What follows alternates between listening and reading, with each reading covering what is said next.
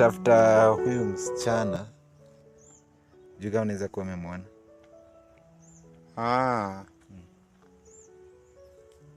Nilimuona juzi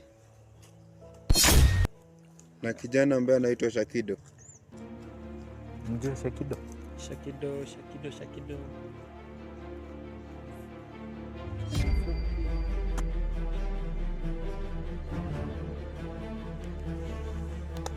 Sawa. Asante kwa taarifa. Haya.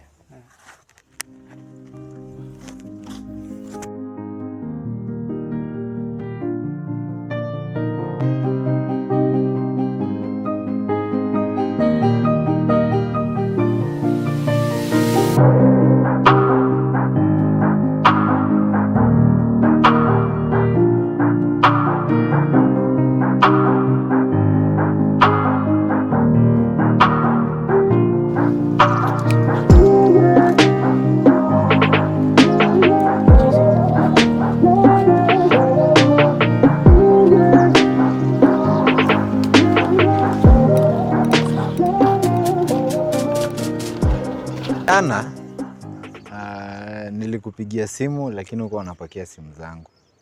Kwani kuliendaje? Okay, jana nilipata emergency. Shangazi yangu alikuwa mgonjwa, ikabidi nimkimbize hospitalini. Ndio maana sikuweza kukuja jana. Pole sana. Lakini tukiachana na hayo, jana nilienda kwa Shakido vile tulikuwa tumeelewana, lakini nikapata kuwa amehama. Alihama? Ndiyo.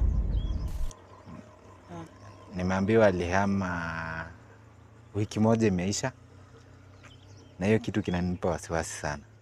Alihama. Hata kama amehama, lazima tumtafute. Ya, kwa sababu akihama inamaanisha anajua kuna makosa alifanya. Ya.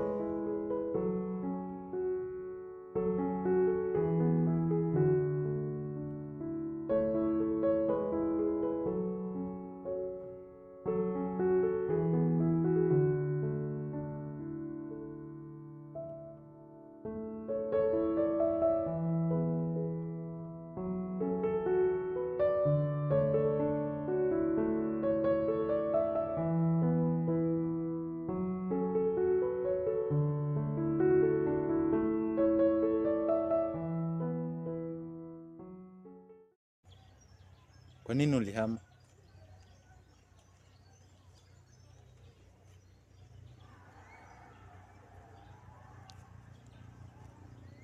Na ulikuwa na kesi?